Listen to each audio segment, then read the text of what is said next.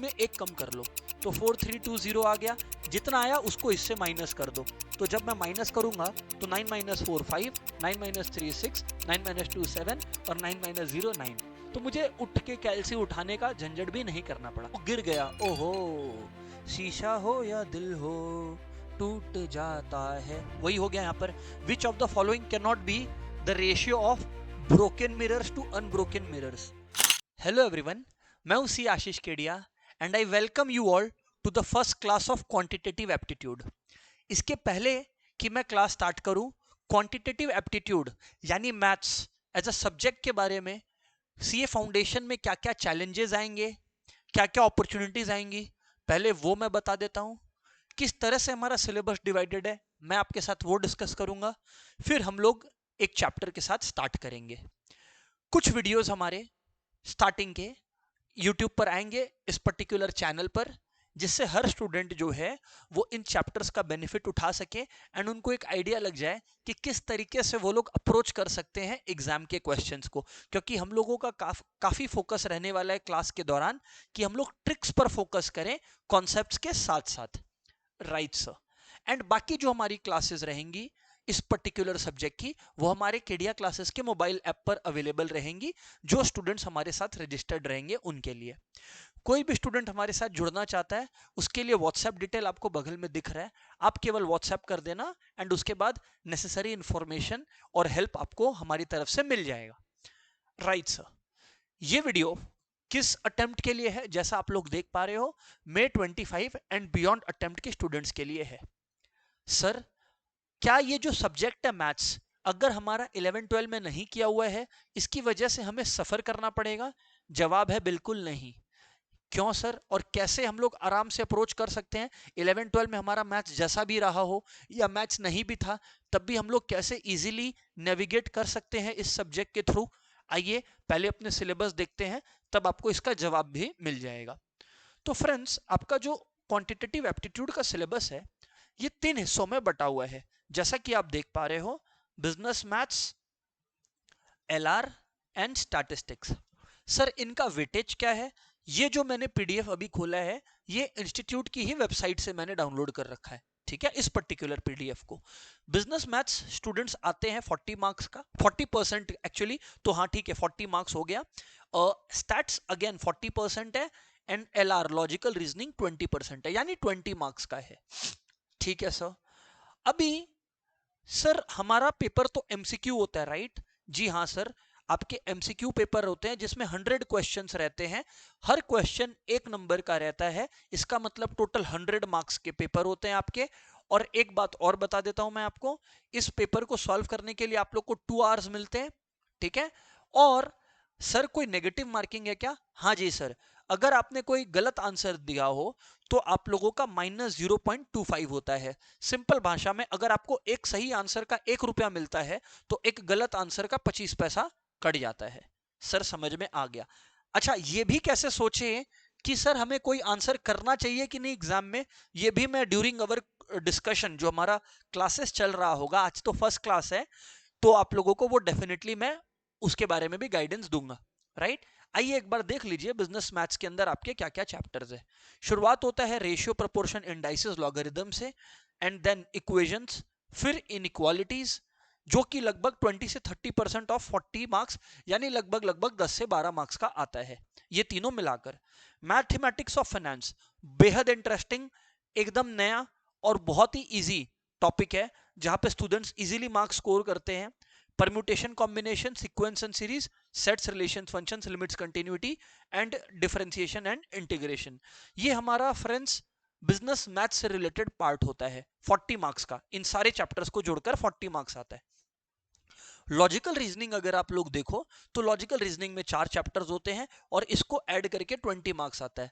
ये लगभग हर स्टूडेंट के लिए, चाहे उसका 11-12 में मैथ्स रहा हो या ना रहा हो, हर स्टूडेंट के लिए ये नया ही कॉन्सेप्ट रहता है, ठीक है। और फिर स्टैट्स, स्टैट्स अगेन आपका 40 मार्क्स का होता है, जिसके अंदर जैसा कि आप देख पा रहे हो, statistical representation of data, sampling, central tendency and dispersion, probability, theoretical distribution, correlation and regression और इंडेक्स नंबर जैसे चैप्टर्स रहते हैं। यही चैप्टर्स हैं बेसिकली। अब सर, आप कैसे पढ़ाने वाले हो, आपका क्या अप्रोच रहने वाला है। स्टूडेंट्स, मेरा मानना है कि अपने लोग को सिस्टमैटिकली फ्लो में पढ़ते रहना चाहिए।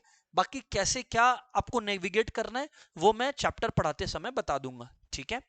अभी रेशियो, प्रोपोर्शन, इंडाइसिस, लॉगरिदम, ये जो पहली टॉपिक है इसको भी मैं दो हिस्सों में बांटता हूं। एक हिस्सा रेशियो एंड प्रोपोर्शन और एक हिस्सा इंडाइसिस एंड लॉगरिदम। इस पर्टिकुलर वीडियो में आप लोगों को रेशियो एंड प्रोपोर्शन के बारे में ज्यादा जानकारी मिलने वाली है और कॉन्फिडेंस आने वाला है। याद रखें कि आप लोग जो है ट्रिक्स पर भी फोकस करें जो मैं बताते चलूंगा, इन एडिशन टू कॉन्सेप्ट्स जो हम लोग पढ़ेंगे, ठीक है। और अगर किसी बच्चे का पहले मैथ्स नहीं था या मैथ्स में कॉन्फिडेंस नहीं है तो आप इस बात को अपने दिमाग से निकाल लो। अगर आप केवल सुनने को तैयार हो तो ये मैं आपको अश्योरेंस देता हूं कि आपके लिए ये टॉपिक मैं बहुत इजी बनाने की कोशिश करूंगा और इजी बना दूंगा।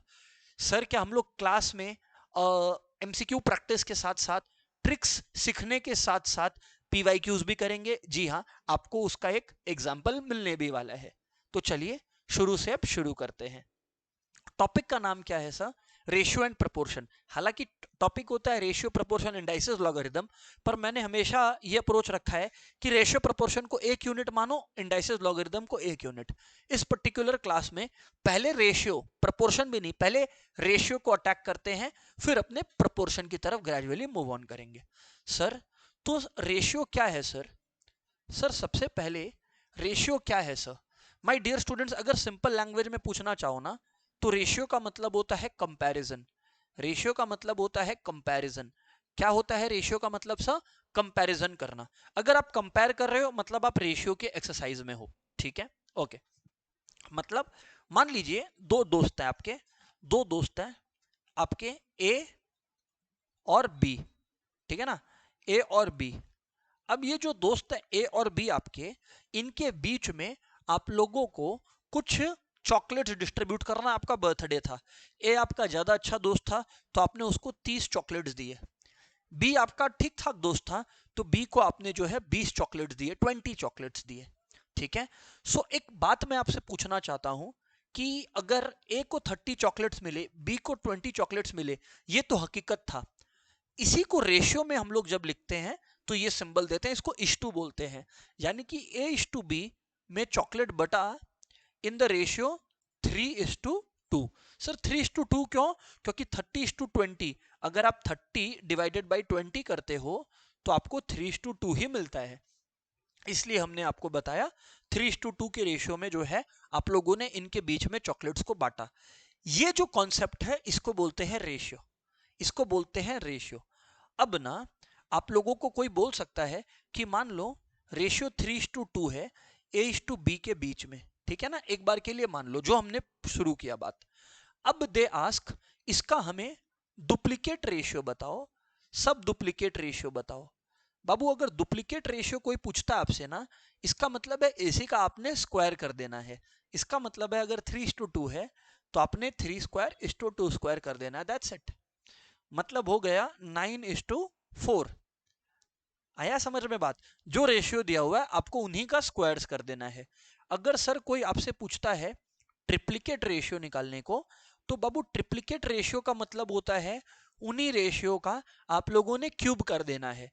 यानी कि 3³ 2 कर देना है, तो इट इज 27:8, है ना, 27:8 आ जाएगा। बात समझ रहे हो ना? सर क्या आप ट्रिक नहीं बताने वाले? बिल्कुल बताऊंगा, पहले एक बार बेसिक्स को टच कर लो उसके बाद। कोई हमें कहता है सब डुप्लीकेट रेशियो बताओ, तो बाबू अगर कोई हमें कहता है सब डुप्लीकेट रेशियो बताओ तो इसका मतलब होता है वो हमें स्क्वायर रूट निकालने को कह रहा है। तो 3:2 का स्क्वायर रूट यानी कि √3:√2 होता है, बस इधर ऐसे छोड़ देना है।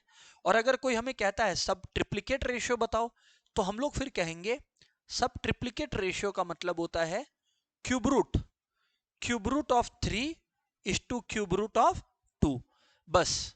अच्छा ये भी बता देता हूं, रूट जब हम लोग लिखते हैं तो ऐसे लिखते हैं, पर क्यूब रूट लिखते हैं तो हम लोग ऐसे लिखते हैं, मतलब रूट के अंदर 3 फंसाते हैं। समझ में आया ना? जी सर। ऐसे कंपाउंडेड रेशियो भी होता है, वो भी मैं आपको समझाता हूं। देखो अगर A/B 3:2 दिया हुआ है, ठीक है, अगर कोई हमें बोलता है C/D दे दिया इन्होंने और इन्होंने हमें कहा 5:7 है, ऐसे ही बता दिया 5:7 है C/D।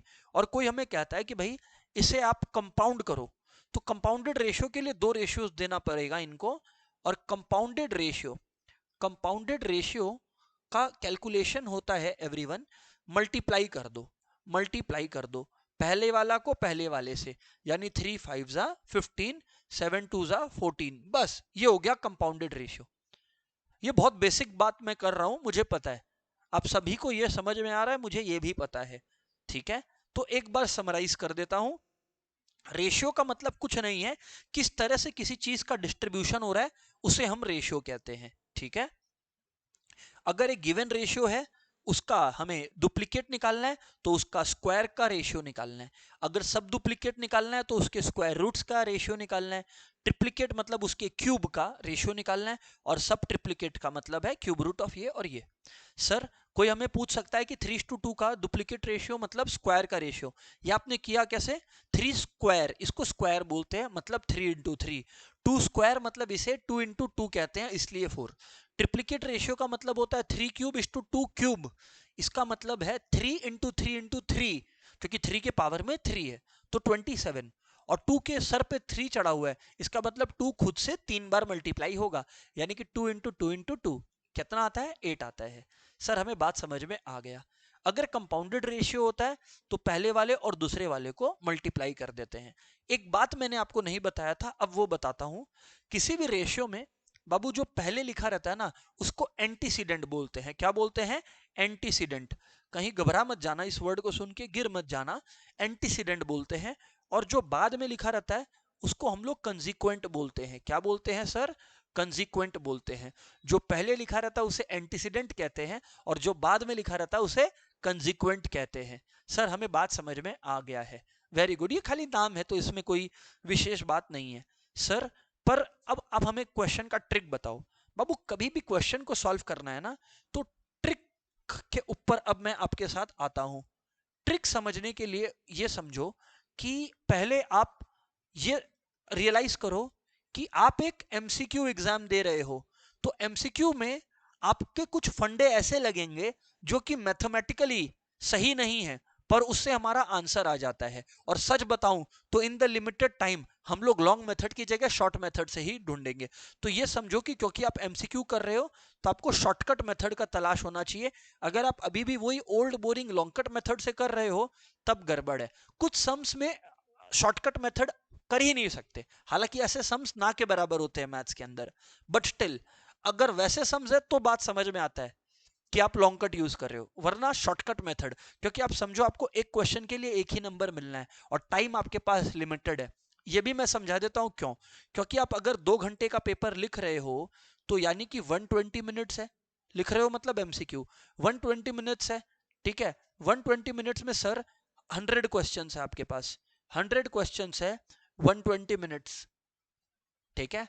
तो इसका मतलब लगभग एक क्वेश्चन के लिए आपको 1.2 मिनट्स मिलने वाले हैं। और प्रैक्टिकली स्पीकिंग कुछ टाइम इधर उधर बर्बाद हो ही जाता है। तो मैं तो ये मान के चल रहा हूं कि आपको 100 क्वेश्चंस के लिए ये समझ के चलना चाहिए कि आपको हर क्वेश्चन के लिए 1 मिनट ही मिल रहा है। 1 मिनट से ज्यादा अगर आप लगा रहे हो तो आप जो है गड़बड़ कर रहे हो, आपका पेपर गलत जा रहा है। पर उस चीज का आरंभ तब होगा जब आप लोग शुरू से उस चीज का आदत डालो, ट्रिक्स के साथ सॉल्व करने का, ना कि लॉन्ग कट से सॉल्व करने का। ये हुआ एक बात। एक चीज और बता देता हूं, आपके सीनियर्स आपको बताएंगे कि सर मैथ्स जो होता है ना, ये एक डिसाइडिंग फैक्टर होता है बच्चे का कि उसका फाउंडेशन एग्जाम कैसा जा रहा है।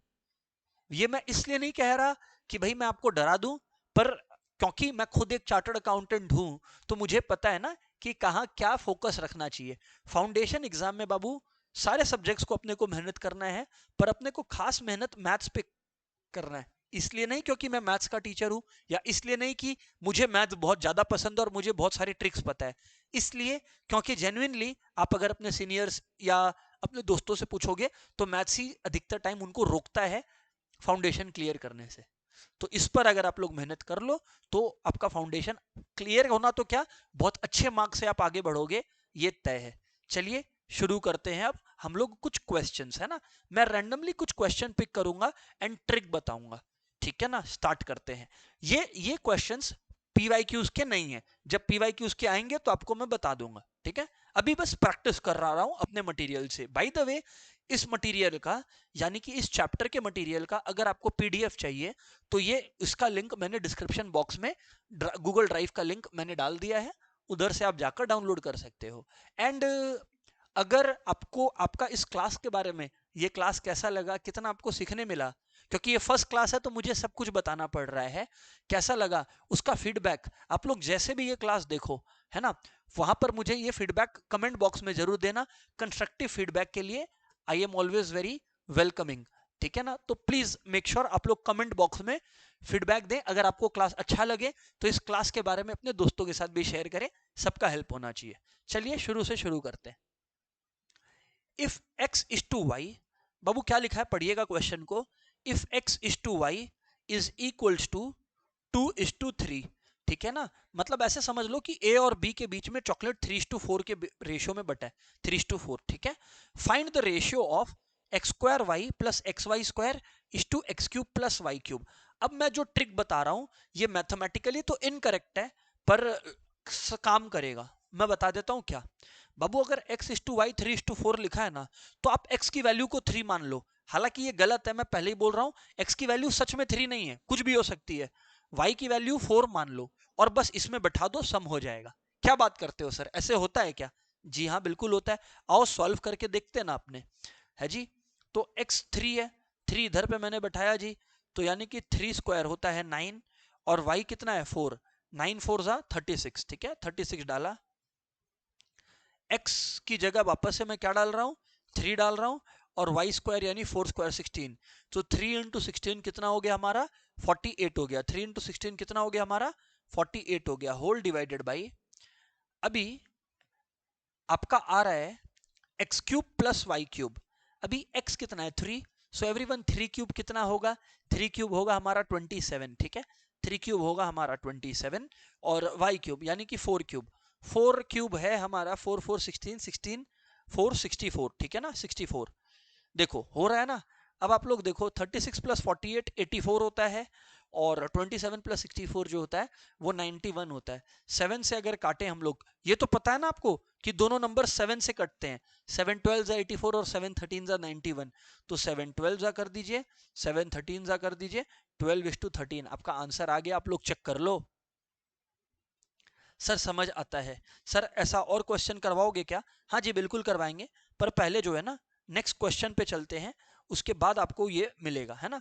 ये प्रीवियस क्वेश्चन में यहाँ पर देखो, ये यहाँ पर 8 है। हाँ अब क्वेश्चन पढ़ते हैं। a is to b equals to 3:4, find the value of 2a plus 3b is to 3a plus 4b। तो बाबू यहाँ पर ध्यान देना, मैंने क्या ट्रिक सिखाया आपको, a की जगह 3 और b की जगह 4 डालने का। इसका मतलब है अगर आप 2a निकालोगे तो 2 इंटू ए यानी कि 6, 3 इंटू बी यानी 3 इंटू 4 यानी कि 12, अच्छा, और 3a यानी 3 इंटू 3 9 और 4b 4 इंटू 4 16। तो अगर आप इसको सॉल्व करोगे आपका आ रहा है 18:25। कायदे से अगर यहाँ 1 होता तो 18:25 सही आंसर होता, बट इस केस में क्योंकि यहाँ 1 नहीं है, हम लोग नन को आंसर मार्क करके आएंगे। समझ आता है? जी सर समझ में आता है बात। आगे बढ़ते हैं। The ratio compounded, Babu compounded में हमने आपको क्या बताया था, सारे पहले वालों का प्रोडक्ट एंड सारे बाद वालों का प्रोडक्ट, ठीक है। The ratio compounded of 2:3, 9:4, 5:6 and 8:10 is, बाबू जितने पहले वाले नंबर्स है सबका प्रोडक्ट। कंपाउंडेड मतलब मल्टीप्लाई करना है बस, और कुछ नहीं है। 2 9 कितना हो गया सर 18 हो गया, है ना। 2 9 18, 18 5 90, 98 जा 720। मैं श्योर हूं आप लोग अग्री करते हो। क्या कैसे किया 720 फिर बोलना सर, सारे पहले वालों को मल्टीप्लाई किया। 2 इंटू 9 18, 18 5 90, 98 720। अब सारे बाद वालों को मल्टीप्लाई कर दो, है ना। 3 इंटू आपका यहां पर आ गया 4, 12 हो गया है जी, 12 हो गया, 12 इंटू 6 72 हो गया, और 72 इंटू 10 हमारा 720 हो गया, ठीक है। एक बार फिर से चेक कर लो, फिर से बोलता हूं, 3 इंटू 4 12 हो गया, 6 72 इंटू 10 720 हो गया। बाबू 720 बाई 720 1:1 नजर आ रहा है मुझे, 1:1 हमारा आंसर होगा। अच्छा सर, क्लियर है। आगे बढ़ते हैं सर।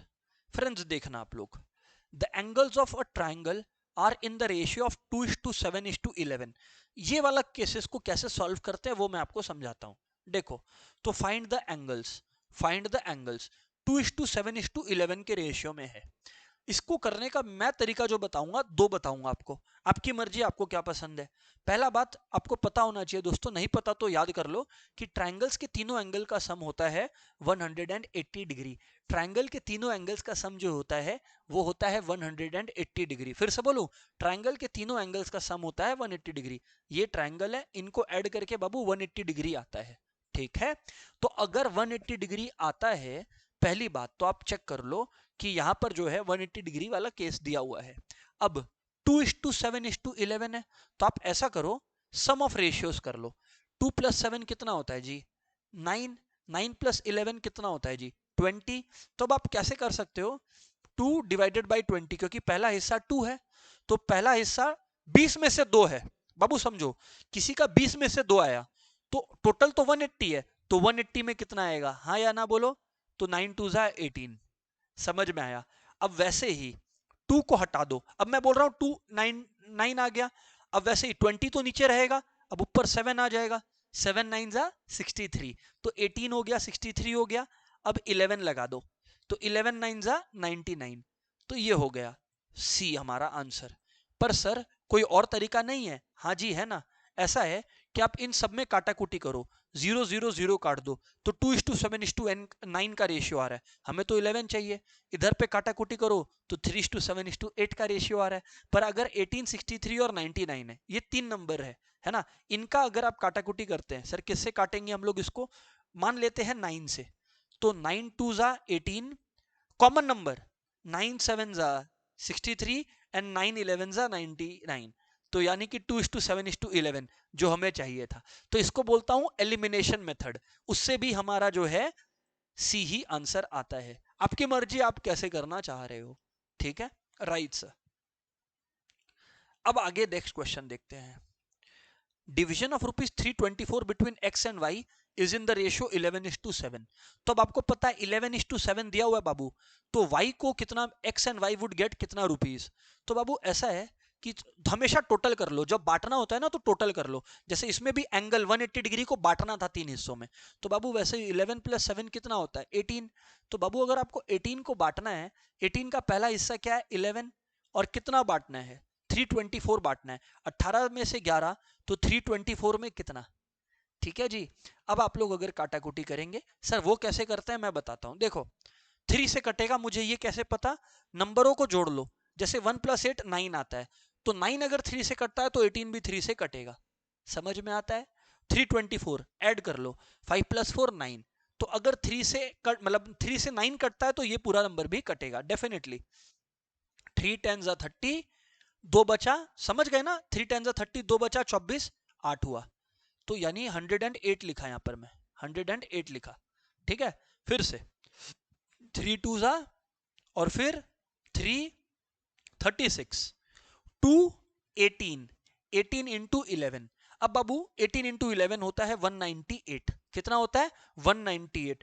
तो हमारा आंसर यहाँ पे नन हो जाएगा, क्योंकि 198 मुझे दिखा ही नहीं, तो मैं y का हिस्सा निकालूंगा ही नहीं। अच्छा, क्या कुछ ट्रिक्स देखना चाहोगे? सर पर हमारे पास तो कैलकुलेटर रहेगा ना। बट फिर भी अब 18 इंटू 11 कैलसी में क्यों करोगे, इसलिए कुछ शॉर्टकट ट्रिक्स मैं साथ साथ बताता हूँ। आइए हम लोग कुछ शॉर्टकट ट्रिक्स स्टूडेंट सीख लेते हैं। भले ही हमारे पास कैलसी रहे, बट हमें कैलसी उठाना भी नहीं पड़े, ऐसे शॉर्टकट ट्रिक्स बता रहा हूं। सबसे पहला मैं बता रहा हूं multiplication bye 11, right. For example 63 है, अगर 11 से मल्टीप्लाई होता है तो बाबू 63 इंटू 11 कितना होता है ये बताओ, 693। कैसे पता? कभी भी कोई नंबर 11 से मल्टीप्लाई करना है ना लाइफ में, तो पहला नंबर को पहले लिख दो, बाद के नंबर को लास्ट में लिख दो, बीच में दोनों का एडिशन लिख दो। देखो हो गया ना। सर समझ में आता है? और शॉर्टकट ट्रिक्स कुछ बताओगे क्या?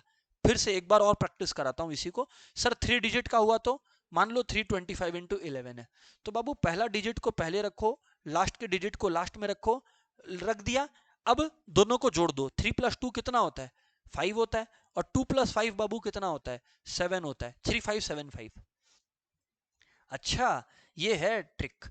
अब आगे बताओ, सर अगर मान लो आपको कोई भी नंबर को ना 99 जैसे नंबर्स के साथ या ट्रिपल डिजिट के साथ मल्टीप्लाई करना है तो क्या कर सकते हो। उदाहरण के तौर पे एक ऐसा कंप्यूटेशन आ गया जहां आपको 232 इंटू 999 टाइप्स करना पड़ गया। तो बाबू इसमें करने का रास्ता क्या है ना, पहले आप लोग अपने कैलसी में देख लो, उसके बाद मैं ट्रिक बताता हूँ। ये देखो मेरे हाथ में कैलसी आया, कैलसी में देखो कितना टाइम लग रहा है, 232 लिखना पड़ा इंटू 999 लिखना पड़ा, 231768 दिखा क्या। लेकिन अब मैं बताऊं क्या ट्रिक क्या है, ट्रिक सुनोगे, सुनना चाहोगे? जी सर सुनना चाहेंगे। जो भी नंबर ट्रिपल लाइन या 4 लाइन से है ना, वैसे केसेस में अगर ये भी 3 डिजिट है ये भी 3 डिजिट है तब यूज करना, तो इसमें से एक कम कर लो, 231 हो गया। अब इस 231 को इससे माइनस कर दो, ये देखो मैं माइनस कर देता हूं, 9 माइनस 1 8, 9 माइनस 3 6, 9 माइनस 2 7, 768। तो ये 768 यहां लिख दो, हो गया, देख लो मल्टीप्लाई। क्या बात करते हो सर, हम लोग नहीं मानते, कोई और नंबर बताओ आप। चलो कोई बात नहीं, अब 4 डिजिट का कर ले क्या, 4 डिजिट का कर ले क्या, 4231 या 4321 कुछ भी तुम्हारी मर्जी यार, इनटू 4 डिजिट्स है बाबू। तो इसमें ट्रिक क्या है, अब कैलसी को उठा के उसके साथ डांस करने की जगह बाबू इसमें एक कम कर लो, तो 4320 आ गया, जितना आया उसको इससे माइनस कर दो। तो जब मैं माइनस करूंगा तो 9 माइनस 4 5, 9 माइनस 3 6, 9 माइनस 2 7 और 9 माइनस 0 9। तो मुझे उठ के कैलसी उठाने का झंझट भी नहीं करना पड़ा। ऐसे और भी ट्रिक्स है जो मैं बताते चलूंगा क्लास के दौरान, ठीक है ना। मजा आए तो जरूर शेयर कीजिएगा और कमेंट में फीडबैक भी प्लीज दीजिएगा, है ना। ओके चलो आओ क्वेश्चन पे आता हूं, नेक्स्ट क्वेश्चन पे चलता हूं। A earns rupees 18 7 hours and P earns rupees 19 12 hours, ठीक है। तो उनके अर्निंग्स का रेशियो क्या है। मैं बोला बाबू कभी भी कंपेयर करते हैं ना तो सिमिलर चीजों को करते हैं, नहीं समझे बात को। आज ए का जो अर्निंग दिया हुआ है वो 80 रुपया 7 घंटे का है। तो अगर 7 घंटे में 80 रुपए कमा रहा है, 7 घंटे में 80 रुपए कमा रहा है, तो बाबू एक घंटे में कितना कमा रहा है, हमेशा इक्वल में कंपेयर करो। एक घंटे में 80/7 कमा रहा है, वैसे पी जो है वो 12 घंटे में 90 रुपए कमा रहा है। तो यानी कि बाबू एक घंटे में कितना कमा रहा है, 90/12, ठीक है ना। अब जो दोनों का रेशियो होगा, एक का है 80/7 और दूसरे का है 90/12। अगर आप लोग अब इसका रेशियो देखो तो यहां पर मुझे कहीं पे भी ऑप्शन में ये रेशियो तो दिखाई देखो नहीं पड़ रहा, तो मेरा आंसर नन हो जाएगा। सर हमें समझ में आता है। अब यहां पर सुनना है ना, हाँ sir.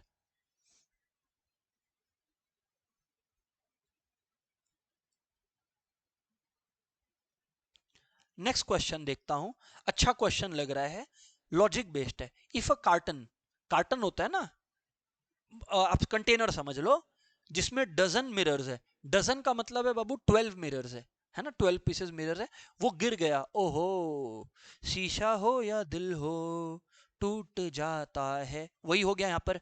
Which of the following can not be the ratio of broken mirrors to unbroken mirrors, broken mirrors to unbroken mirrors. अब देखो यहां पर सर, अब देखो सर यहां पर, अब देखो सर यहां पर, मैं आपको ये कह रहा हूं कि if a carton containing a dozen mirrors is dropped which can not be the ratio of broken mirrors to unbroken mirrors. बाबू एक बात बताओ, एक बात समझो, अगर डजन मिरर्स है विच of the following can not be the ratio, ये क्वेश्चन है। मैं अब आपको बताता हूं, देखो कैसे, इधर देखो। सबसे पहले 2:1 है, अगर ब्रोकन इज टू अनब्रोकन का रेशियो देखा जाए, टोटल में 12 है, तो आज बाबू 2/3 इंटू 12 करते हैं। एक बात समझा रहा हूं, हालांकि इसको शॉर्ट में कर सकते हैं, तो 8, तो मतलब अगर 2:1 रहा, इसका मतलब क्या है, 8 यूनिट्स ब्रोकन है और 4 यूनिट्स नहीं टूटे, ठीक है, ये पॉसिबल है। 3:1 में 3/4 इंटू 12 है ना, मैंने कहा था जब भी बांटना होता है तो हम लोग टोटल करते हैं, तो यानी कि 9, मतलब 9 यूनिट टूट गए तो 3 यूनिट्स नहीं टूटे, क्योंकि 12 में से 9 गया 3 आया। पर बाबू अगर 3:2 देखा जाए तो 3/5 इंटू 12 होगा, ये क्या इसको एग्जैक्टली काटता है, 2.4 आ रहा है, तो इसका मतलब हो गया 7.2 मिरर्स टूटे। क्या ये पॉसिबल है, 7.2 मिरर्स पॉसिबल है क्या, तो 7 मिरर्स टूटे या तो 8 मिरर्स टूटे, तो ये तो डेसिमल में आ गया, इसलिए हमें शक हुआ कि ये आंसर नहीं हो सकता। सर हमें बात समझ में आता है आपका, वेरी गुड। क्या हम लोग कुछ पीवाईक्यू देखें, जी सर कुछ पीवाईक्यू देखते हैं जो हमारे एग्जाम्स में आए हुए हैं और मैं आपको सीक्रेट ट्रिक्स भी बताऊंगा, है ना, सीक्रेट ट्रिक्स भी बताऊंगा। जून 2010 एग्जामिनेशन का, जून 2010 एग्जामिनेशन का ट्रिक है और क्वेश्चन भी है। तो मैंने कहा था क्लास में पीवाईक्यूज भी चलेगा। आइए एवरीवन देखते हैं। The students of two classes are in the ratio 5:7. If 10 students left from each class, the remaining students are in the ratio 4:6. The number of students in each class is. बेटा इस question को करने का बहुत secret trick जानता हूं मैं, बताता हूं क्या। Two students of the students of two classes are in the ratio 5:7. तो 5:7 लिख दिया मैं, कोई दिक्कत है तुम्हें? नहीं। 10 students left from each class, तो बाबू इधर से भी 10 गया, इधर से भी 10 गया और इधर से भी 10 गया। तो जब 10 दोनों जगह से गया तो रेशियो कितना हो गया? 4:6. अब एक बात समझाता हूं, सीक्रेट ट्रिक। लॉजिकली देखो, 5 का 4 हुआ, 7 का 6 हुआ, मतलब एक यूनिट कम हुआ दोनों जगह से। कितना यूनिट कम हुआ बताओ? 1 यूनिट। और हर बार जब एक यूनिट रेशियो में कम हुआ, जैसे 5 का 4 हुआ, रेशियो में एक कम हुआ, तो उसका मतलब कितने स्टूडेंट्स कम हुए? 10 स्टूडेंट्स कम हुए। तो बाबू अगर ऐसी बात है, अगर ऐसी बात है तो एक बात समझाना मुझे कि अगर the students of two classes are in the ratio 5:7, तो इसका मतलब है एक यूनिट 10 स्टूडेंट होते हैं, तो 5 यूनिट 50 स्टूडेंट और 7 यूनिट 70 स्टूडेंट होंगे ना, तो 50,70 होंगे ना। Yes sir, 50,70। देखो पीवाईक्यूज हो रहा है रेशियो का भी आपका। आओ आगे बढ़ते हैं ना, देखते हैं सर क्या। In a film shooting, June 2011, in a film shooting, A and B received money in a certain ratio and B and C also received the money in the same ratio. ठीक है, इसका मतलब मुझे एक बात तो देखो क्लियर हो गया कि A by B, क्योंकि आपको मैं बताया था A:B का मतलब, बाबू समझो बात को, 2:3 को मैं 2/3 भी लिख सकता हूं। तो उस लॉजिक से अगर बताऊं तो क्या लिखा हुआ है हमारे पास कि A:B, if A and B received money in the same ratio, तो जितना A बाई B का रेशियो है उतना ही B बाई C का रेशियो है। उस हवाले से, उस लॉजिक से अगर क्रॉस मल्टीप्लाई करे जाए तो B इंटू बी यानी कि B² आ जाएगा, इक्वल्स टू A इंटू सी यानी A² आ जाएगा। यस सर, बातचीत तो क्लियर है। अगर B² इक्वल टू AC आ गया, अगर B² इक्वल टू AC आ गया, तो अब एक बात को जरा देखिएगा, A और C है 160 और 250, है ना। तो B² हो गया, B² हो गया 1,60,000, 1,60,000 इंटू 2,50,000, 1,60,000 इंटू 2,50,000। तो अगर इसको आप लोग चेक करोगे तो बाबू B इज इक्वल्स टू आ जाएगा root over 1,60,000 into 2,50,000 is equals to कितना आता है बाबू? अब चेक करना। एक सीक्रेट बताऊं क्या, ये 4040 कुछ नहीं, धोखा है, इसको उड़ा दो। क्या समझ में आया? क्यों? क्योंकि 4040 है, उसका अभी तो कोई काम है नहीं मुझे, तो इसको अभी हटा दिया। अब अगर 16 और 25 को सॉल्व किया जाए, 16 25 400, तो रूट ओवर होता है 20। अब इधर भी 40 था, इधर भी 40 था, तो अब बाबू आप लोगों का यहां पर भी 40 आ जाएगा। बेसिकली रूट निकाला। रूट कैसे निकालते हैं कैलसी में अगर देखना चाहते हो तो वो भी बताऊंगा, ट्रिक भी सिखाऊंगा। देखो ये तो समझ में आ गया ना, 160 इंटू 250। अब बाबू अगर कभी भी आपको रूट निकालना है ना, मान लो मैंने 1,60,000 इंटू 2,50,000 किया, जो भी आया, ये देखो कुछ ऐसा निकल कर आया। अब बाबू रूट निकालना है ना, तो आप कैलसी में देखना एक रूट का बटन मिलेगा, ये देखो यहाँ पर है रूट एक्स करके, वो दबा दो। जैसे ही मैंने दबाया देखो मेरा आंसर आ गया। कहां पे है रूट का बटन? ये रहा, देखो ये सर समझ में आ गया। तो 2 लाख आया बाबू, 2 लाख हमारा आंसर हो गया। सर हमें बातचीत समझ में आता है, सर हमें बातचीत समझ में आता है। वेरी गुड यार। अब बाबू क्यों ना आप लोगों को थोड़ा सा प्रोपोर्शन का नॉलेज दिया जाए क्या? क्या आप लोग तैयार हो क्या? थोड़ा सा एक बार पॉज करके क्लास कैसा लग रहा है, समझ आ रहा है नहीं आ रहा है बातें, वो बताना। सर स्क्रीनशॉट लेना चाहते हैं, ये ले लो बाबू स्क्रीनशॉट ले लो, मैं एक एक पेज डेमोन्स्ट्रेट कर देता हूं, ये ले लो स्क्रीनशॉट। और जरूर कमेंट बॉक्स में बताइएगा how you like the class, and अगर अच्छा लग रहा है तो शेयर भी करना और फीडबैक भी देना। और अगर कुछ गलत कर रहा हूं मैं, अगर आपको लग रहा है कि ये चीज सर और बेटर बता सकते थे, इधर पे सर को और टाइम स्पेंड करना चाहिए था, तो वो भी फीडबैक देना। I am always welcoming to constructive feedback. ये देख लो, ये भी आप लोग अगर इसका स्क्रीनशॉट लेना चाहो तो ले सकते हो, ठीक है। कोई बच्चा अगर इस पोर्शन का स्क्रीनशॉट लेना चाहे तो ले सकता है ना। हालांकि जरूरत नहीं है क्योंकि साथ साथ प्रैक्टिस कर लिए होगे, तो मतलब कोई लॉजिक नहीं है, बट फिर भी ऑल राइट। क्यों ना अब मैं आपको प्रपोर्शन इंट्रोड्यूस करूं, अगर आप लोग सारे लोग तैयार हो तो। जी सर तैयार है हम लोग। सुनिएगा बात को बाबू। अब प्रपोर्शन में क्या होता है ये समझना, प्रपोर्शन में क्या होता है ये समझना। देखो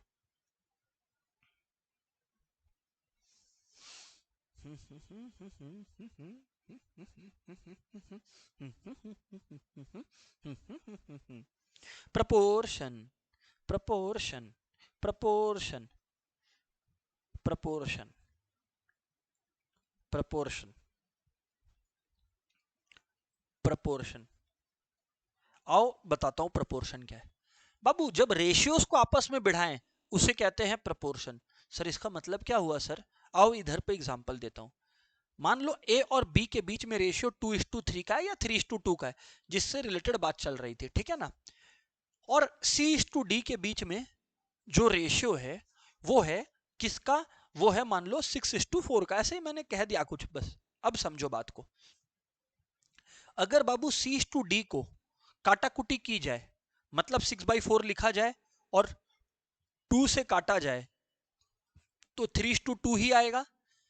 अगर ऐसा बात है बाबू तो हम लोग बोल सकते हैं कि ये लोग प्रोपोर्शन में है। सिंपल में बताऊं, अगर दो रेशियोज इक्वल होते हैं तो हम लोग इक्वल में इक्वल होने की जगह बोलते हैं वो लोग प्रोपोर्शन में है। अच्छा ये बात है। अच्छा मतलब फ्रैक्शन की दुनिया में क्या बोलते थे कि 3/2 इक्वल टू 6/4। तो जो बाबू फ्रैक्शन की दुनिया में इक्वल टू हुआ करता था, उसी को जब आप रेशियो के जबान में लिखते हो तब आप उसे प्रोपोर्शन कहते हो। अच्छा सर समझ में आता है। इसका मतलब प्रोपोर्शन का मतलब होता है कि अगर दो रेशियोज इक्वल है तो what is proportion? When are two ratios proportional to each other. Two ratios are proportional when they are equal. Equal ratios are proportional. Golden statement. जो बच्चा ये समझ गया वो सब समझ गया। और भी इसको और अच्छे से बताऊंगा, बट फिर से मान लो बाबू, फिर से बोलता हूं।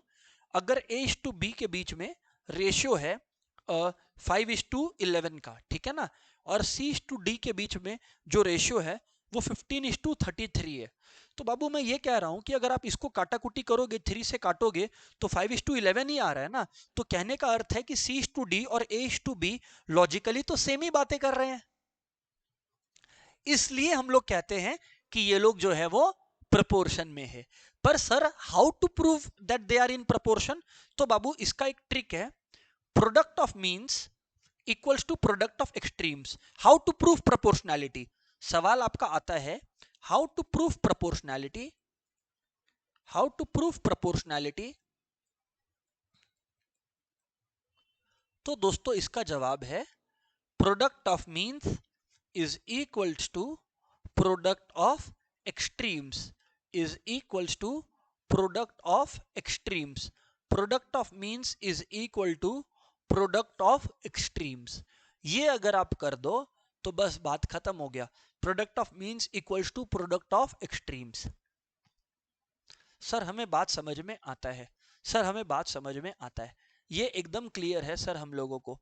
आगे बात करो सर आप।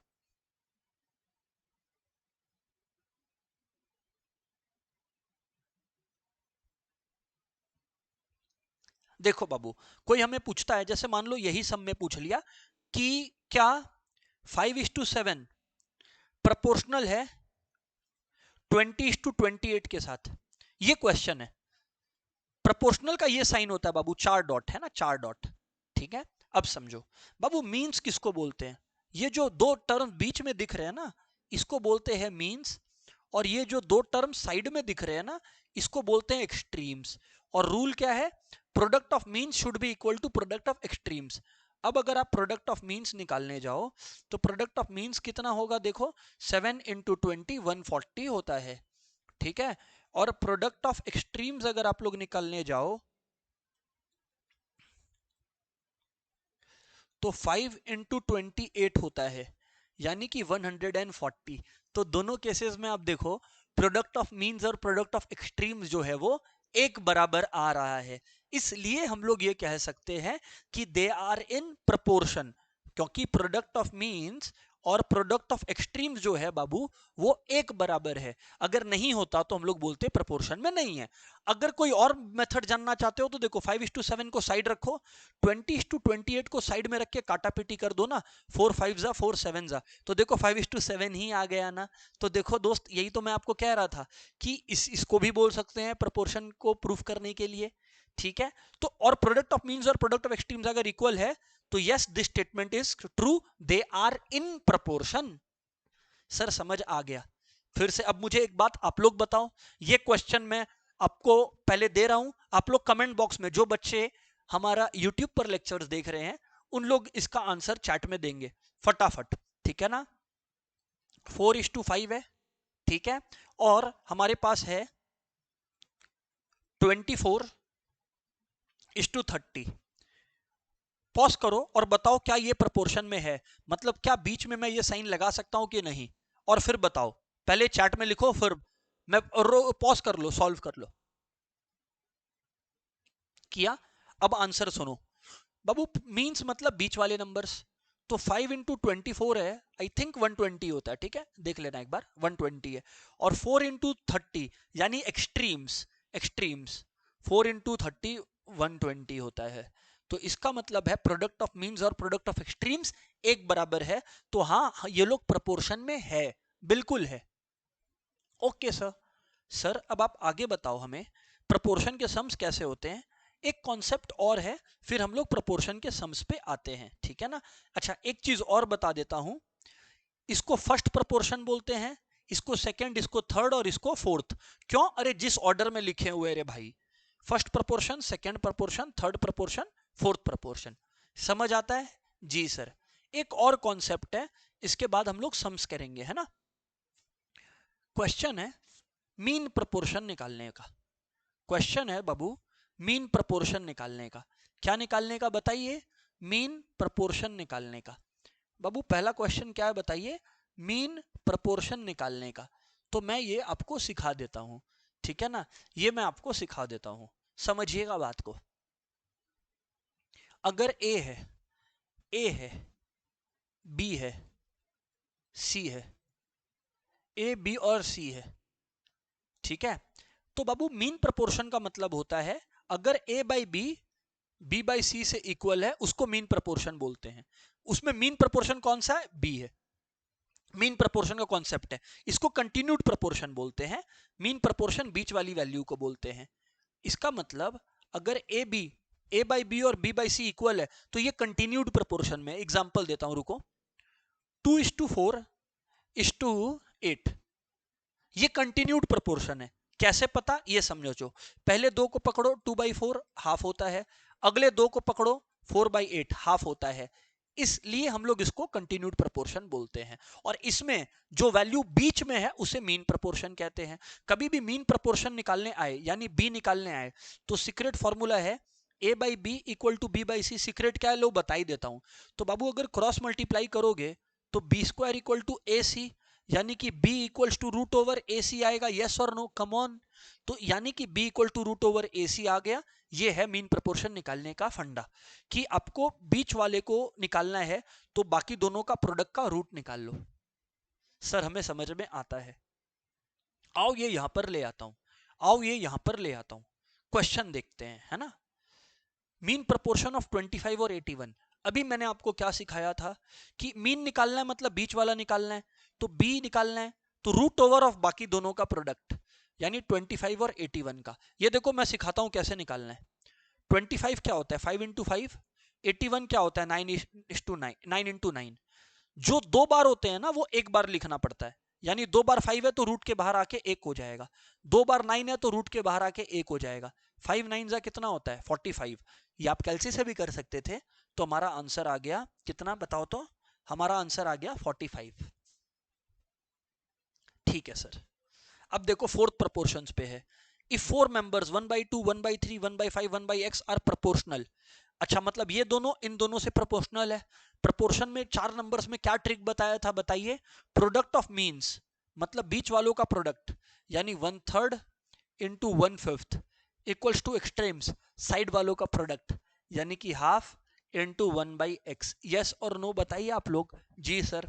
तो एवरीबडी 1/15 आ गया और 1/2x आ गया, क्रॉस करेंगे तो 2x into 1 cross multiply equals to 15 into 1 15, x आ गया 15/2, तो 15/2 हमारा आंसर हो गया। अच्छा सर, अच्छा सर, आगे बताओ सर, नेक्स्ट सम कैसे करें सर, ये बताओ आप। चलो आओ फोर्थ क्वेश्चन पे चलते हैं। राइट, फोर्थ क्वेश्चन पे चलते हैं। If a/4 equals to b/5 equal to c/9, then a plus b plus c by c is what? देखो यहां पर कैसे होता है, यहां पर देखना, a/4 equals to b/5 equals to c/9 है ना, और a plus B plus C by C करना है, तो बाबू इक्वल टू के ले लो। तो अगर आपने इक्वल टू के ले लिया तो a कितना आएगा, 4k आएगा, b कितना आएगा, 5k आएगा, c कितना आएगा जी, c 9k आएगा। अब अगर आप लोगों को a plus B plus C whole divided by C करना है, तो आप लोग देखो a plus B plus C whole by C करने के लिए आप लोगों ने पहले इन तीनों को k के बराबर लिया। अब बस a b c की जगह वैल्यू डाल दो, तो a प्लस बी प्लस सी यानी 4k plus 5k 10k 9k, 9k plus 9k कितना होता है जी, 18k, होल बाई c कितना है 9k, k गया और 9 2 18 होता है। समझ आया क्या सर? समझ आता है। अभी ये देखो नंबर 6, ये वाला 5 वाला होमवर्क है ना, 5 वाला होमवर्क है, 5 वाला होमवर्क है, ये देख लो, स्क्रीनशॉट ले लो। आओ 6 पे चलते हैं। अब तुम्हें पता है 6 नंबर कैसे करना है, a/b इक्वल टू 4:1 है। सर आप ही ने तो सिखाया कि a को 4 मान ले और b को 1 मान ले, बस एकदम सही सुने आप। अब क्या करना है, a की जगह 4 डाल दो, b की जगह 1 डाल दो, प्लस b बाई a है, तो b की जगह अब 1 डाल दो और a की जगह 4 डाल दो। तो रूट ओवर 4 कितना होता है 2, रूट ओवर 1/4 कितना होता है 1/2, ऐड करोगे तो 5/2 आ रहा है, ये लो 5/2 आ गया। सर हमें समझ में आता है। और भी हमारी क्वेश्चंस है जो मैं करूंगा, और एक एलिगेशन मिक्सचर का मस्त ट्रिक है, ये मस्त ट्रिक भी मैं आपको सिखाऊंगा ऐसे क्वेश्चंस को करने का। ठीक है, तो अभी पहले वो ट्रिक सिखाऊं उससे पहले आप लोग एक चीज समझ लेना, एक चीज समझ लेना, वो क्या है कि अगर आप लोग प्रैक्टिस नहीं करोगे तो बात नहीं बनेगी। प्रैक्टिस आप लोगों को करते चलना है, राइट? ओके, अभी देखेंगे, अभी देखेंगे कुछ पास्ट पेपर में ऐसा क्वेश्चन आया है क्या, आइए देखिए।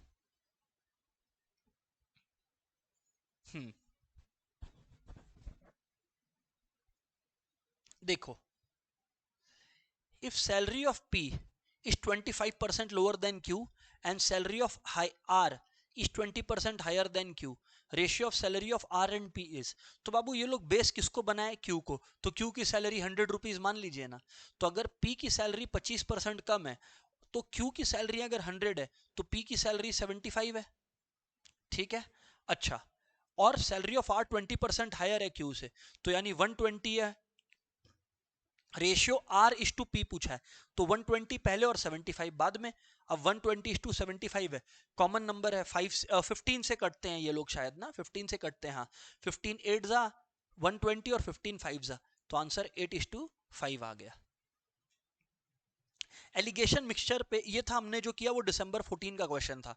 एलिगेशन मिक्सचर पर भी क्वेश्चन आया हुआ है जून 15 में, पर इसका ट्रिक मैं आप लोगों को सेकेंड वीडियो में डिस्कस करूंगा, जिसमें हम लोग प्रोपोर्शन और इंडाइसिस के कुछ और कॉन्सेप्ट्स को भी कवर करेंगे। बट अगर आप लोगों ने ये लेक्चर पूरा देख लिया है तो रेशियो प्रोपोर्शन आपका तैयार है। ऑब्वियसली ये जो मिसलेनियस कैटेगरीज है उसको मैं सेकेंड पार्ट में जरूर कवर करूंगा। बट अगर वीडियो अच्छा लगा हो, क्लास में मजा आया हो, तो जरूर अपने फ्रेंड्स के साथ शेयर करिएगा। Thank you everyone, that's it for the day. First class है, स्मॉल ही रखेंगे।